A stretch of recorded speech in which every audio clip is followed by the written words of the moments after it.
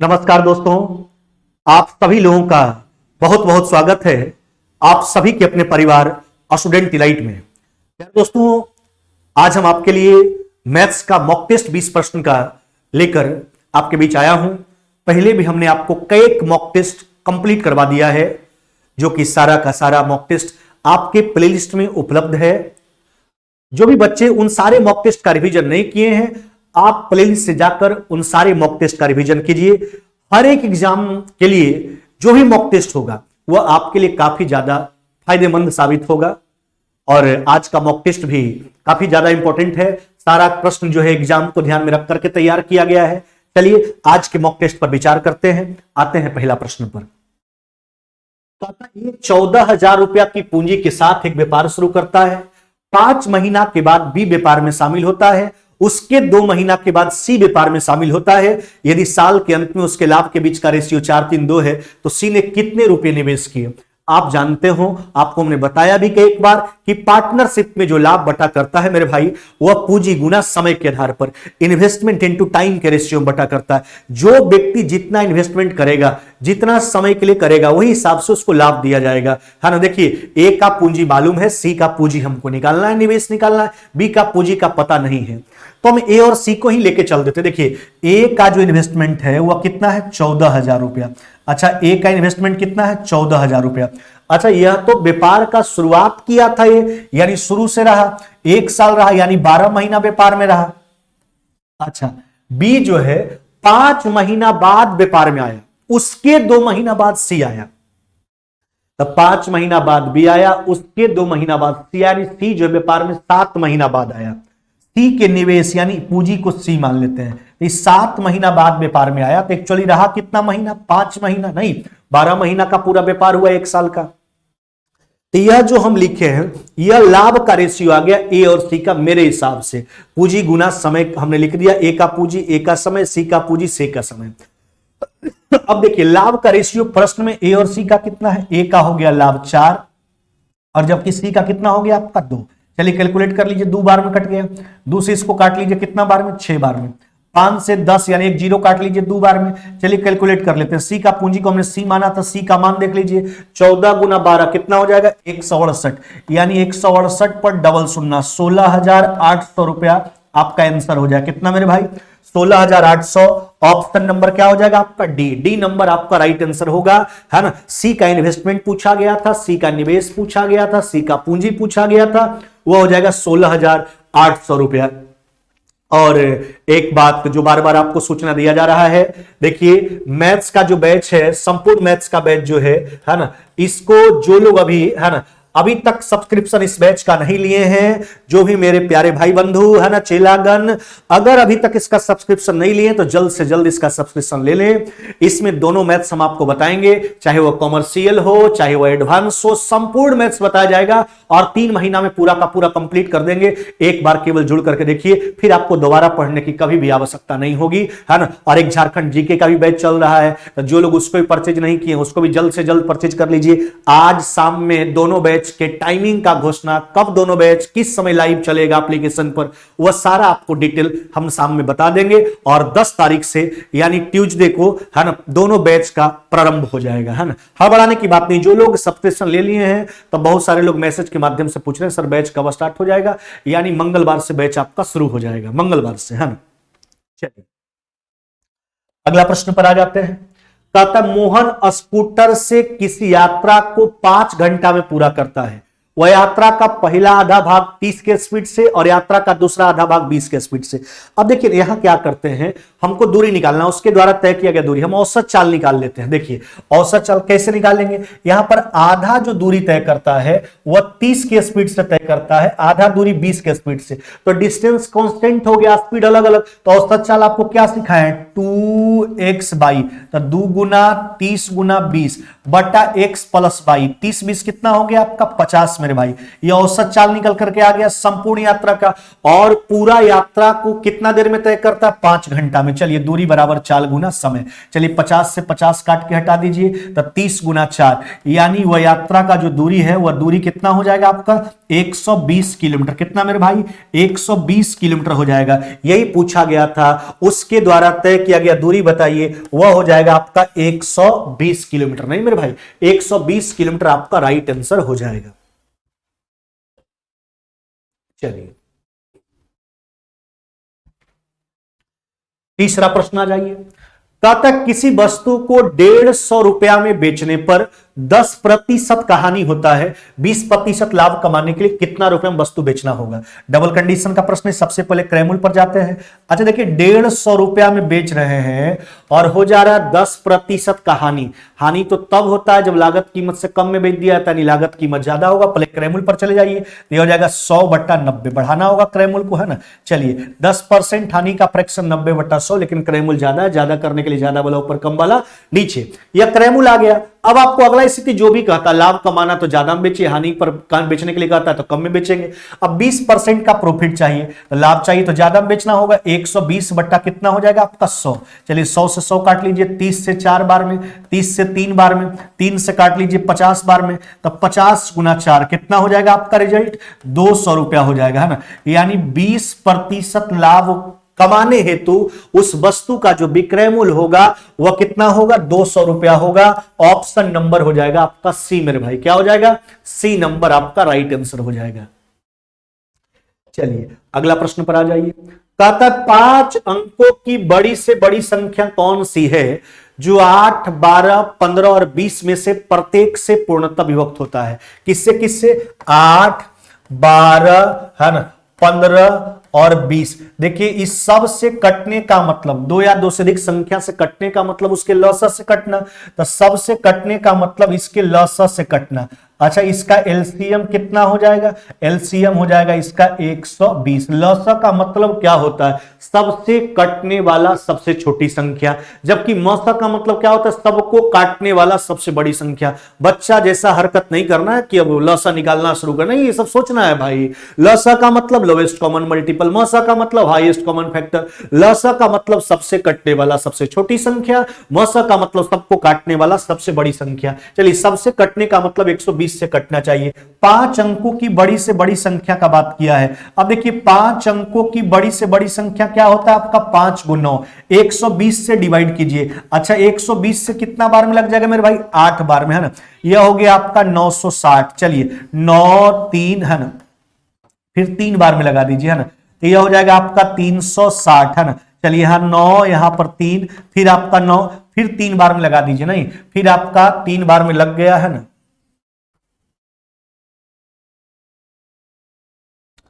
तो यह हो जाएगा आपका 360। आपके पास रिमाइंडर कितना मिल गया है? 39। नहीं, अब देखिए बात एक्चुअली बड़ी से बड़ी संख्या का है ना। बड़ी से बड़ी संख्या के प्रश्न में जो काम किया करते हैं वह काम घटाने वाला होता है, और छोटी से छोटी संख्या के प्रश्न में जो काम करते हैं वो काम जोड़ने वाला। ऐसा क्यों होता है? जब विशेष चर्चा करेंगे तो हम जरूर आपको बताएंगे। ऐसा इसलिए होता है क्योंकि इसमें अगर जोड़ने का काम कीजिए तो इसका स्थान आगे भाग जाएगा। 5 अंक है तो 6 अंक में चला जाएगा। अगर इसमें कोई परिवर्तन करना है तो घटा के ही आपको करना होगा, और घटाना होता है तो क्या घटाते हैं? शेष। शेष आपके पास कितना है? 39। अच्छा 39 घटा लीजिए, तो यह हो जाएगा आपका 0, 6, है ना, इधर हो गया आपका 999, है ना, यानी 99,960। 99,960 यह जो है 5 अंकों की सबसे बड़ी संख्या है, जो 8, 12, 15 और 20 यह सारे संख्याओं से पूर्णतः क्या होगा? विभक्त होगा, है ना। चलिए तो सारा कंटेंट्स आप लोग को हम लोग जो है बढ़िया से बढ़िया कंटेंट्स देने का प्रयास करते हैं ताकि आप एग्जाम में जाएं तो बेहतर कर पाएं। तो इसलिए अभी तक फिलहाल जो भी चैनल को सब्सक्राइब नहीं किए हैं तो जल्द से जल्द सब चैनल को सब्सक्राइब कर ले, और जो मेरे प्यारे पुराने भाई बंधु हैं, है ना, पुराने चेला लोग जो जुड़े हुए हैं चैनल से, वो वीडियो को लाइक कर दीजिए और शेयर करते रहिए सभी लोगों के पास, है ना। अगला प्रश्न आ जाइए, प्रश्न संख्या 5वां। एक दुकानदार 3 वस्तु खरीदने पर 1 वस्तु मुफ्त में दे देता है, उसके द्वारा वस्तु पर कुल कितने प्रतिशत का डिस्काउंट दिया जाता है, छूट दिया जाता है। देखिए, लाभ हानि का तुलना क्रयमूल्य से होता है मेरे भाई, लेकिन डिस्काउंट जो है ना वह हमेशा अंकित कीमत पर दिया जाता है, मार्क्ड प्राइस पर दिया जाता है। देखिए ना, 3 वस्तु खरीदने पर 1 वस्तु जो है मुफ्त में देता है, 1 वस्तु 3 वस्तु खरीदने पर, यानी पूरा मामला कई वस्तु का हो गया, 4 वस्तु का, नहीं यानी 1 जो है 4 का कितना प्रतिशत है, यानी 25% का है ना डिस्काउंट दिया जा रहा है ना उस दुकानदार के द्वारा, कितना का 25% का। कंपेयर जो है तुलना 3 से मत कीजिएगा, क्योंकि डिस्काउंट जो है मार्क्ड प्राइस पर दिया जाता है। पूरा कई वस्तु का मामला हो गया, 4 वस्तु का, यानी जो दुकानदार छूट दे रहा है वह 25% का दे रहा है। चलिए आगे आ जाते हैं, प्रश्न संख्या 6।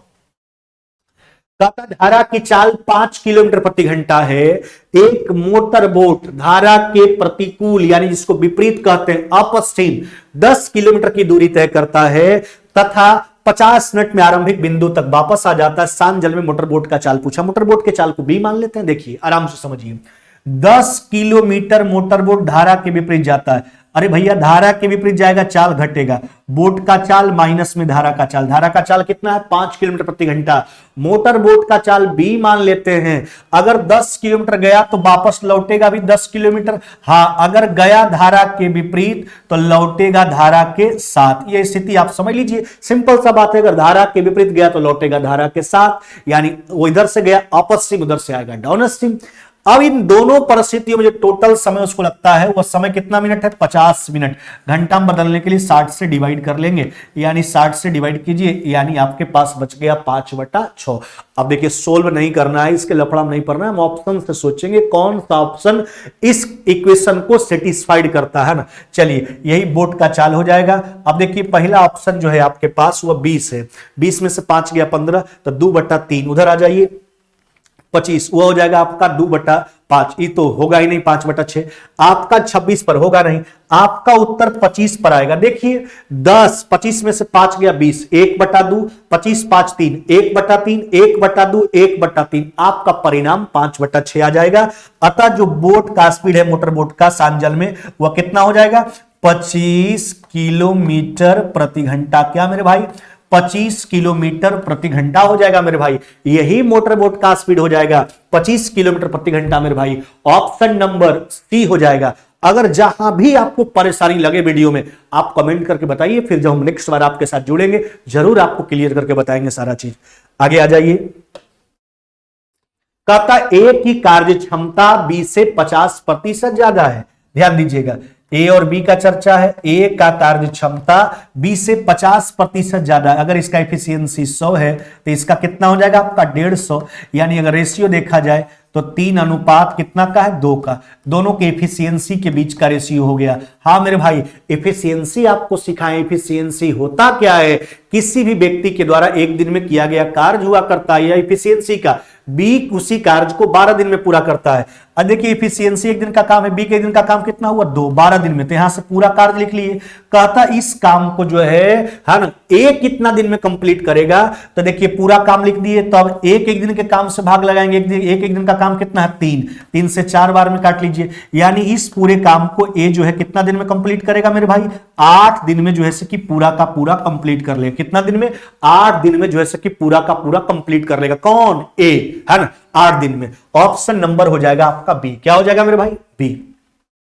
समझ रहे बात को, एफिशिएंसी क्या बताए, किसी भी व्यक्ति के द्वारा एक दिन में किया गया कार्य हुआ करता है। अगला प्रश्न आ जाइए,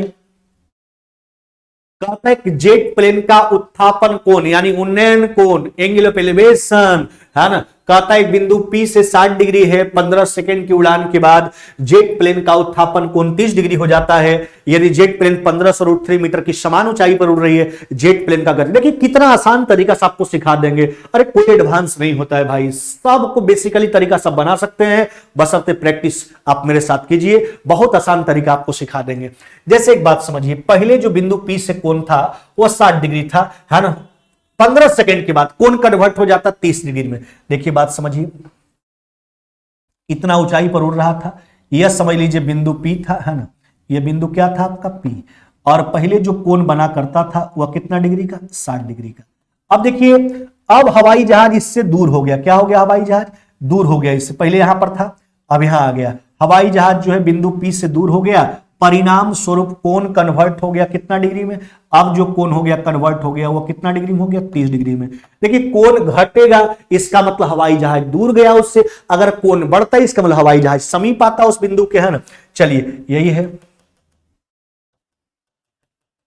ध्यान दीजिएगा।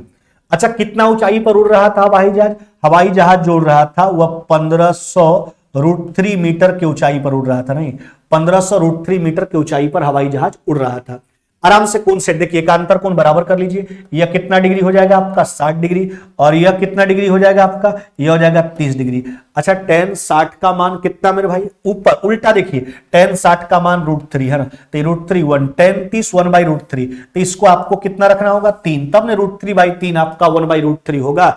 अतः यह डिस्टेंस कितना हो गया 2। देखिए हवाई जहाज पहले यहां पर था, हवाई जहाज यहां पर पहुंचा, यही दूरी हवाई जहाज के द्वारा तय किया गया, कै सेकंड में तय किया गया, 15 सेकंड में। तो यह दूरी पहले निकाल लीजिए। आपको हवाई जहाज का ऊंचाई दिया गया, क्या दिया गया हवाई जहाज का ऊंचाई, 1500√3 मीटर, नहीं हवाई जहाज का ऊंचाई है जो मेरे हिसाब से कई यूनिट का मान है, √3 यूनिट का मान है। हवाई जहाज के द्वारा तय किया गया दूरी पर लिखिए, दूरी 2 यूनिट के रूप में है, और यह दूरी को हवाई जहाज जो तय करता है कितना देरी में तय करता है मेरे भाई, 15 सेकंड में तय करता है। चाल बराबर दूरी बटा समय, 15 सेकंड में 15 से डिवाइड कर लीजिए। चलिए देखिए 15√3 से √3 कट गया, 15 से 100 बार में, यानी आपका परिणाम जो निकल करके आएगा वह क्या आएगा मेरे भाई, वो हो जाएगा 200 मीटर प्रति सेकंड, 200 मीटर प्रति सेकंड। यही हवाई जहाज का चाल है, 200 मीटर प्रति सेकंड। फार्मूला भी होता, कितना रटिएगा, बेसिक तरीका का इस्तेमाल कीजिए, जितना आसानी ढंग से क्वेश्चन को सोल्व करें। देखिए हमको याद रह सकता है फार्मूला, क्योंकि हमारा दिन भर का काम है, आपको तो दिन भर यही नहीं करना है, आपको तो हर सब्जेक्ट हर पहलू को देखना है। तो इसलिए आप वह तरीका अपनाइए जो आपके लिए आसान भी हो और सरल भी हो, है ना, और जिसको आप आसानी से माइंड में रख सकते हैं, उन बात को हम ध्यान में रखवाएंगे। 9 नंबर आ जाइए, कहता है tan 2θ + 45 बराबर cot θ। देखिए कंप्लीमेंट्री एंगल यानी संपूरक कोण की स्थिति में आप ध्यान रखिएगा कि अगर देखो, अगर sin θ बराबर, ध्यान देना मेरे भाई, तीनों कंडीशन लिखा दे रहे हैं, sin θ बराबर cos अल्फा हो, ध्यान दीजिएगा, है ना, tan θ बराबर cot अल्फा हो, tan θ बराबर cot अल्फा हो, या फिर sec θ बराबर अगर cosec अल्फा हो, तो इन तीनों परिस्थितियों में, है ना, थीटा प्लस अल्फा का जो मान हुआ करता है वह कितना डिग्री होता है, 90 डिग्री। कितना डिग्री मेरे भाई, 90 डिग्री। इस बात को आप ध्यान रखिएगा, है ना, इस बात को बिल्कुल ख्याल रखना है कि अगर, है ना, sin θ बराबर cos अल्फा हो, tan θ बराबर cot अल्फा हो, या फिर sec θ बराबर cosec अल्फा हो, तो इन तीनों परिस्थितियों में थीटा प्लस अल्फा का मान 90। तो देखिए अगर इसको थीटा के रूप में देखिएगा, इसको अल्फा के रूप में देखिएगा, तो tan θ बराबर cot अल्फा, यानी दोनों का योग 90। चलिए तो जोड़िए, तो यह हो जाएगा 2θ प्लस में 45 डिग्री प्लस में 3θ बराबर में कितना हो गया आपका, 90 डिग्री। ध्यान दीजिएगा, तो 5θ 45 घटा लीजिए, यानी 45 हो जाएगा। चलिए अतः थीटा बराबर 5 से काट लीजिए, थीटा बराबर कै डिग्री हो गया आपका मेरे भाई, 9 डिग्री। यही पूछा गया था, थीटा का मान बता दीजिए, 9 डिग्री। अब आपको लगेगा कि रटबे करे सर, अरे भैया नहीं रटना है, समझिए बात को। अब देखो अगर आपको बनाने का इच्छा है कि हम इसको बनाएं, कोई दिक्कत नहीं, बनाइए। अच्छा देखिए, या तो tan को cot में ले जाइए, या तो cot को tan में ले जाइए, है ना। अगर cot को हम tan के रूप में लिखना चाहेंगे तो क्या लिखेंगे, इसको लिखेंगे tan 90 डिग्री माइनस में थीटा, और थीटा की जगह पर क्या है, 3θ हो गया। tan हटाइए, दोनों मान को बराबर कर लीजिए, वही चीज निकल करके आएगा। तो आप बना भी सकते हैं, ऐसा नहीं कि हर समय रटना ही पड़ेगा आपको। चलिए अगला प्रश्न पर आ जाते हैं, प्रश्न संख्या 10 की ओर। कहता किसी चाय पार्टी में 16 व्यक्तियों को आमंत्रित किया गया और उन्हें मेज के चारों ओर कितने तरीकों से बैठाया जा सकता है। एक बात ध्यान रखना मेरे भाई, बिल्कुल माइंड के जहन में बैठा लीजिएगा कि अगर इन विभिन्न वस्तु को अगर वृत्ताकार पथ पर अरेंज करना हो तो उसका कुल तरीका जो होता है वह होता है n-1 फैक्टोरियल। क्या होता है मेरे भाई, n-1 फैक्टोरियल। इसको ऐसे भी लिख सकते हैं, n-1 फैक्टोरियल हुआ करता है। क्या बोले, अगर n विभिन्न वस्तुओं को वृत्ताकार पथ में अरेंज करने का कुल तरीका क्या होता है, n-1 फैक्टोरियल। फैक्टोरियल को दोनों रूप में निरूपित करते हैं या फिर ऐसे लिख सकते हैं n-1 फैक्टोरियल। तो अगर 16 व्यक्ति है, वृत्ताकार है ना, मेज के चारों ओर बैठाना है, कितना प्रकार से बताएंगे, तो 16 में से एक चला जाएगा, यानी उत्तर क्या हो जाएगा 15 फैक्टोरियल। क्या मेरे भाई 15 फैक्टोरियल हो जाएगा। चलिए 15 फैक्टोरियल वाला देख लीजिए, ऑप्शन नंबर डी मेरे भाई 15 फैक्टोरियल। क्या बोले, अगर देखिए डायरेक्ट एग्जाम में एक क्वेश्चन आएगा, आप आसानी से उत्तर दे सकते हैं बिना कलम चलाए कि अगर n विभिन्न वस्तु को वृत्ताकार पथ पर अरेंज करना हो, उसका कुल तरीका n-1 फैक्टोरियल हुआ करता है। अगला प्रश्न आ जाइए, 15 व्यक्तियों की औसत आयु 32 है, अगर 2 और व्यक्ति जोड़ दिया जाता है तो औसत 3 बढ़ जाता है। नए व्यक्ति की आयु में 9 वर्ष का अंतर है, छोटका का देखिए, नए का जो 2 व्यक्ति है ना, उसकी आयु में 9 वर्ष का अंतर है, उसमें अगर छोटका को x मानते हैं तो बड़का क्या हो जाएगा x प्लस में कितना 9। यह वह 2 व्यक्ति जो बाद में आता है।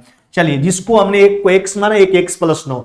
अच्छा, सबका 15 व्यक्ति पहले से था, औसत है 32। हम क्या सोचेंगे, आने वाला ये दोनों अगर 32 से वर्ष का आता तो औसत पर कोई फर्क नहीं पड़ता, लेकिन जब आता है ना तो औसत 3 वर्ष बढ़ जाता है। और भैया आ रहा औसत बढ़ जा रहा है, इसका मतलब इससे ज्यादा लेके आया, प्लस का चिन्ह। पहले संख्या था 15, 2 और आ गया 17, औसत में परिवर्तन कितना का मेरे भाई 3 का। आराम से कैलकुलेट कीजिए, यह हो जाएगा 2x प्लस में 9, हाँ मेरे भाई बराबर में, ध्यान दीजिएगा, यह कितना हो गया आपका 64 प्लस में यह हो गया आपका 51, नहीं यानी कितना हो जाएगा आपका, यह हो जाएगा आपका 115 है ना। तो यह हो जाएगा 2x बराबर में, यह हो जाएगा आपका 100 कितना 6, अतः x बराबर कितना हो जाएगा आपका 53। तो आने वाले में जो छोटका का उम्र है ना, वह कितना हो जाएगा आपका 53 वर्ष हो जाएगा। जो नया 2 व्यक्ति आया है उसमें छोटा वाला का उम्र कितना हो जाएगा 53 वर्ष। ऑप्शन नंबर क्या हो जाएगा आपका बी, ऑप्शन नंबर बी हो जाएगा मेरे भाई, बी नंबर है ना। ऐसा ही तहलका मचाने वाले हैं, जल्द से जल्द आप लोग सब्सक्रिप्शन ले लीजिए है ना। आगे आ जाइए, 3 पर पावर 4n माइनस में 4 पर पावर 3n निम्न में से किससे पूर्णतः विभाज्य है। देखिए 3 कंडीशन आपको बताएंगे है ना, कैसे कैसे प्रश्न को घुमाना है, नचाना है, वो आपके हाथ में है ना। चलिए वो आप प्रैक्टिस कीजिएगा तो नचा सकते हैं, घुरा सकते हैं, सब चीज कर सकते हैं। ध्यान दीजिएगा, पहला क्या कहता है, ध्यान रखना, a to the power n minus में b to the power n है ना। ध्यान दीजिएगा, a माइनस b से, केवल a माइनस b से पूर्णतः विभक्त होता है जहां पर n कोई जो है वह विषम संख्या, n कोई क्या है विषम संख्या, ऑड नंबर हुआ करता है। हाँ मेरे भाई, चलिए दूसरा कंडीशन क्या याद रखना है कि a to the power n है ना, माइनस प्लस में ले लीजिए पहले, प्लस में b to the power n है ना, a प्लस b से पूर्णतः विभक्त होता है, a प्लस b से पूर्णतः विभक्त होता है। यहां भी n कोई जो है वह ऑड नंबर हुआ करता है। ये ऑड का दोनों केस बता दिए, ठीक है। ऑड का, इवन का एक ही केस होता है, वह माइनस में होता है। ध्यान दीजिएगा, इवन में आपको ध्यान रखना है कि a to the power n minus में b to the power n है ना, a plus b into a minus b, अगर इससे कटता है तो a प्लस b से भी कटेगा, या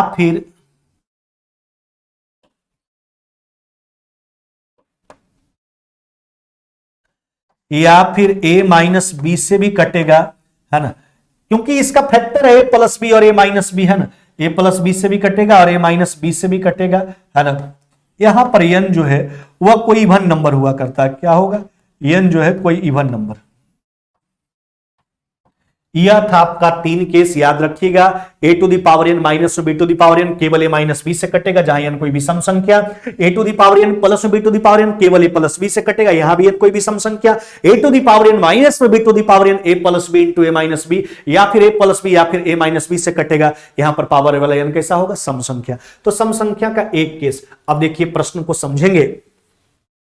अच्छा, इसको लिख सकते हो आप 3 पर पावर 4, अब पर पावर कितना n, अरे भैया पावर पर पावर गुना ही होता है, गुना करेंगे वही बात आ जाएगा, 3 पर पावर 4 n। अच्छा इसको क्या लिख सकते हैं, 4 पर पावर 3, अब पर पावर कितना हो गया आपका n, है ना। देखिए यह कितना हो गया, 3 पर पावर 4, 81 पर पावर n, और यह हो गया आपका 64 पर पावर n। अब देखिए आप कंडीशन समझिए, a to the power n minus में b to the power n का रूप का है, तो इसमें तो सम में भी केस बताए, विषम में भी केस बताए। हाँ लेकिन हमको प्रश्न में यह नहीं बोला कि n ऑड है या फिर इवन है। अरे भैया n का जब डिस्क्रिप्शन है नहीं मेरे पास, n को डिस्क्राइब ही नहीं किया गया कि n जो एक सम संख्या एक विषम संख्या, तो हम उत्तर कैसे दे। तो हम दोनों को हित में रख करके उत्तर देंगे, दोनों को ध्यान में रख करके उत्तर देंगे। देखिए चाहे वो सम हो चाहे विषम हो, दोनों परिस्थिति में संख्या a माइनस बी से कटता है। हम इस पर a, इसमें तो a प्लस बी या a माइनस बी दोनों से कटता है, लेकिन हम a प्लस बी नहीं सोचेंगे क्योंकि हमको n के बारे में पता नहीं है। तो हम दोनों को ध्यान में रखेंगे कि जब विषम होगा, देखिए अगर पावर वाला n जो है वो अगर विषम होगा तो केवल a माइनस बी से कटेगा, 81 माइनस 64। लेकिन अगर सम हो जाएगा तो 81 plus 64, 81 minus 64, 81 plus 64 into 81 minus 64। तो ऐसा तब होगा जब इवन होगा, तब पते नहीं है। तो दोनों स्थिति में a माइनस बी फैक्टर है, इसलिए उत्तर हम करेंगे 81 माइनस में 64, यानी राइट आंसर मेरा क्या हो जाएगा 17। चाहे कोई भी परिस्थिति हो, चाहे n ऑड हो चाहे n इवन हो, दोनों परिस्थिति में 17 से इस प्रकार का संख्या जो है वह पूर्ण रूपेण डिविजिबल होगा। ऑप्शन नंबर क्या मेरे भाई, ऑप्शन नंबर हो जाएगा आपका ए। क्या हो जाएगा मेरे भाई, ए नंबर। चाहे दोनों स्थिति क्यों नहीं हो, स्पष्ट ही नहीं है तो दोनों को ध्यान में रख करके उत्तर दिए। समझ रहे बात को, कंफ्यूजन नहीं हो। चलिए, एक आदमी के पास कपड़े के थान में से कटने के लिए कुछ संख्या में शर्ट था, प्रत्येक थान को समान लंबाई का 11 टुकड़ा में काट लिया। उसने 50 कट प्रति मिनट के हिसाब से लगाया है। 25 मिनट में कितना थान काटेगा। अरे भैया 25 मिनट में कितना कट लगाता, देखिए 50 कट लगाता है 1 मिनट में, तो 25 मिनट में इतना कट लगाएगा, इतना कट लगाएगा 25 मिनट में। कहता 25 मिनट में वो कितना थान काटेगा। अच्छा एक थान से कई टुकड़ा बनाता है, 11 टुकड़ा।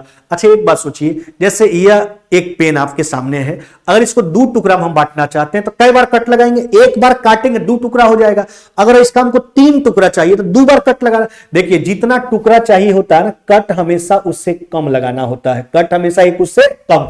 तो अगर 11 टुकड़ा एक थन का करता है ना, इसका मतलब 10 कट ही लगाता है, यानी एक थन को काटने के लिए 10 टुकड़ा लगाना होता है। यानी 25 मिनट में कितना थान काटेगा, तो 125 थान कपड़ा काटेगा। कितना मेरे भाई, 125 थान। ऑप्शन नंबर क्या मेरे भाई, डी हो जाएगा, 125 थान कपड़ा काटेगा। समझ रहे ना बात को। हाँ चलिए, चाय का एक उत्पादक चाय बागानों की 2 प्रकार की चाय, एक 18 रुपए प्रति किलो वाली, दूसरा 20 रुपए प्रति किलो वाली, 5-3 के रेशियो मिला था। कुछ नहीं, पहला वाला का 5 किलो लेते हैं, दूसरा वाला का 3 किलो। चलिए कॉस्ट प्राइस, पहला वाला जो है वो 18 रुपए के हिसाब से है, नहीं तो 5 किलो का कीमत 18×5 = 90। दूसरा वाला कैसे है, 20 रुपए के हिसाब से 3 किलो का कीमत 90 और 60 कितना हो गया मेरे भाई, ये हो गया 150 रुपया लागत। और इस मिश्रण को बेचता कैसे मेरे भाई, 21 रुपया के हिसाब से। चलिए मिश्रण कई किलो का हो गया, मिश्रण हो गया आपका 5 और 3 8 किलो का, यानी 168 रुपया सेलिंग प्राइस हो गया, जबकि कॉस्ट प्राइस कितना था 150। अतः प्रॉफिट अगर देखा जाए तो प्रॉफिट कितना था मेरे भाई, 18 का। कहां से, 150 से। 18 जो है 150 का कितना परसेंट है, 50 से 2 बार में, 3 बार में, 3 से 6 बार में, यानी प्रॉफिट का परसेंटाइल कितना हो जाएगा मेरे भाई, 12। प्रॉफिट का परसेंटाइल कितना मेरे भाई, 12% का प्रॉफिट होगा। कितना का, 12% का प्रॉफिट हो जाएगा, है ना। दुकानदार को, चाय विक्रेता को। समझ रहे बात को। 5-3 के रेशियो, अरे भैया इसका 10 उसका 6 भी ले, तो जितना बड़ा कीजिए कैलकुलेशन आप ही का भास्ट होगा। तो जितना छोटा से छोटा आंकड़ा लेके चलेंगे, सहूलियत हम ही को प्रदान होने वाला है, यानी आप ही को प्रदान होने वाला है। आगे 15, एक निश्चित राशि पर 10% ब्याज की दर से 5 वर्षों का साधारण ब्याज, 5,000 रुपया पर 10% वार्षिक दर से चक्रवृद्धि ब्याज, 2 वर्ष के चक्रवृद्धि ब्याज का। देखिए 10% रेट है, 2 साल का चक्रवृद्धि ब्याज का रेट कितना हो जाएगा, 10 + 10 फिर 10 का इंटरेस्ट। यानी अगर रेट को ब्रेक करें तो क्या आएगा मेरे भाई, 10 प्लस में 10 और साथ में 10 का इंटरेस्ट, 10 का 10%। यानी 2 साल का अगर रेट निकाले चक्रवृद्धि ब्याज का, कितना हो गया, 21%। समझ रहे ना। पहला स्थिति का जो साधारण ब्याज है, दूसरा स्थिति के चक्रवृद्धि ब्याज से आधा। अच्छा दूसरा स्थिति का चक्रवृद्धि ब्याज लिख दीजिए पहले, 5,000 का 21% ईयर टोटल चक्रवृद्धि ब्याज हुआ। इसका आधा कर लीजिए। समझिए पहला स्थिति का साधारण ब्याज है। अच्छा 10% के हिसाब से 5 साल में कितना हो जाएगा 50%। साधारण ब्याज हर वर्ष का बराबर होता है, यानी 50% का यह मान है। साधारण ब्याज वाला प्रिंसिपल पूछा, 100% निकाल लेना है मेरे भाई। चलिए कैलकुलेट कर लीजिए इसको। देखिए 50 में 100 से यानी 5000 उड़ा दीजिए, 2 से काट लीजिए, 50 बार में 21 गुना 50 यानी 10 कितना 50। साधारण ब्याज वाला प्रिंसिपल आपसे पूछा गया था, 1050 1050 रुपया हो जाएगा। उत्तर आपका ऑप्शन नंबर बी हो जाएगा। हम ताबड़तोड़ मेहनत करते रहेंगे। बस आपसे बस यही निवेदन है, आप लोग वीडियो को जो है जो कंटिन्यूटी बने हुए हैं मेरे विद्यार्थीगण, वो वीडियो को लाइक कीजिए और शेयर करते रहिए। और जो नए वाले लोग हैं वह चैनल को जरूर आप लोग सब्सक्राइब कर लीजिए, क्योंकि यहां जो मिलने वाला है वो आपको कहीं नहीं मिलने वाला है। हम लोग भरपूर मेहनत करके आप लोग को कंटेंट्स दे रहे हैं और आगे भी देने का प्रयास करते रहेंगे। आगे आ जाइए, प्रश्न संख्या 16। कहता 69 अंकों वाली संख्या में के वर्गमूल में कितने अंक है। देखिए अगर वर्गमूल में अंकों का संख्या पूछे ना तो कुछ मत करना। जिस किसी संख्या में अगर टोटल अंक सम संख्या, जैसे 10 गो संख्या, 10 गो एक संख्या है जिसमें 10 अंक है ना, तो कुछ नहीं करेंगे। अगर सम संख्या के रूप में है तो डायरेक्ट 2 से भाग लगाइए। लेकिन अगर विषम संख्या, एक संख्या ऐसा जिसमें 11 गो अंक है, तो उस स्थिति में एक जोड़ करके 2 से डिवाइड करेंगे। अभी टोटल अंक 69 है विषम संख्या के रूप में, इसलिए एक जोड़ करके 2 से डिवाइड करेंगे, है ना। 70/2 यानी अगर 69 अंक वाला संख्या का अगर स्क्वायर रूट निकालेंगे तो अब कितना अंक के रूप में आएगा 35 अंक के रूप में। अगर 68 रहता तो उत्तर डायरेक्ट 68/2 यानी 34 होता। सम संख्या रहेगा डायरेक्ट 2 से भाग लगाएंगे, विषम संख्या रहेगा एक जोड़ कर 2 से भाग लगाएंगे। अगला प्रश्न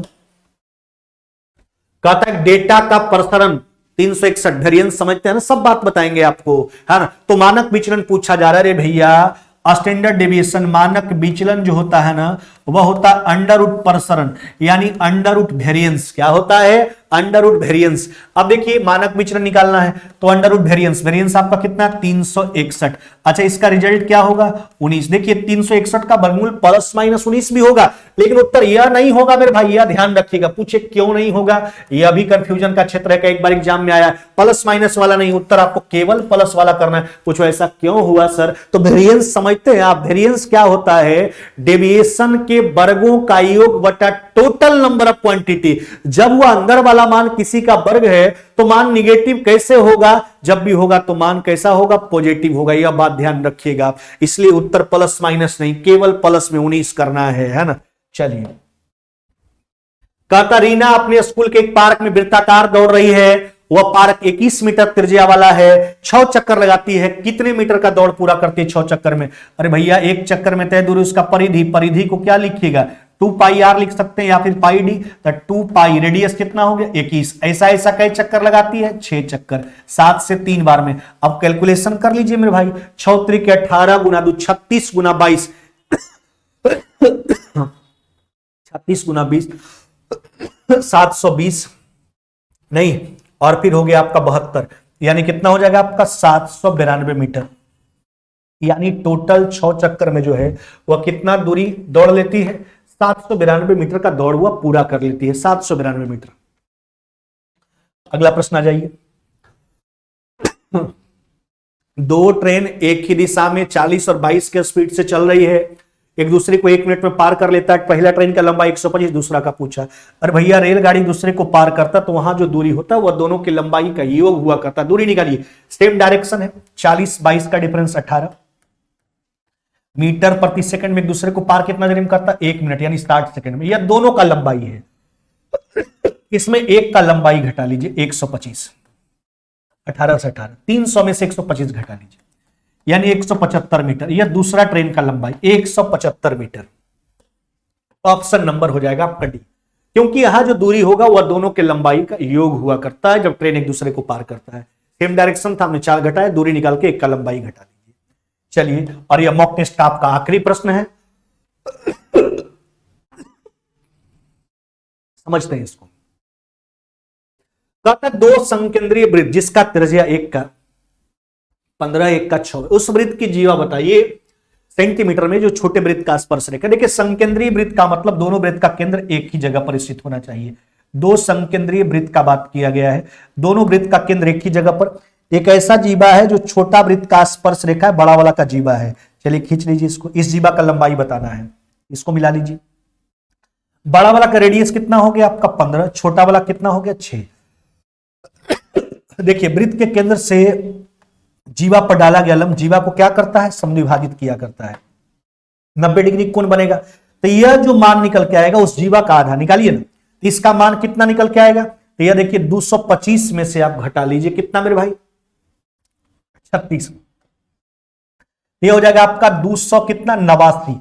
यह देखिए इस जीवा का आधा लंबाई हुआ, पूरा लंबाई निकालना है तो इसका क्या करेंगे मेरे भाई, दुगना कर लेंगे। यह जीवा का आधा निकल के आया, यह जो निकल के आया यह जीवा का आधा, पूरा जीवा निकालना है, दुगना कर लीजिए। इसको लिख सकते हैं आप 21 गुना 9 यानी 3√21 और गुना कितना हो गया आपका 2।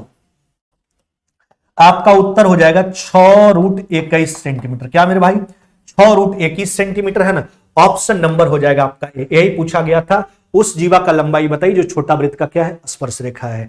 यह मॉक टेस्ट हमने आपको पूरा का पूरा कंप्लीट करवा दिया। अगर और भी आपको जहां भी दिक्कत हो आप कमेंट के माध्यम से हम लोग के पास बात को जरूर रखिए। और जो भी अभी तक मैथ्स वाले जीके वाले बैच का सब्सक्रिप्शन नहीं लिए, जल्द से जल्द सब्सक्रिप्शन ले और उसका फायदा उठाएं। मंगलवार से यानी 10 तारीख से बैच जो है अपने समय पर प्रारंभ हो जाएगी, जिसका सूचना इस शाम में आपको दे दिया जाएगा। फिलहाल आज के वीडियो में इतना ही, फिर मुलाकात होगी नेक्स्ट वीडियो में। जय हिंद, जय भारत।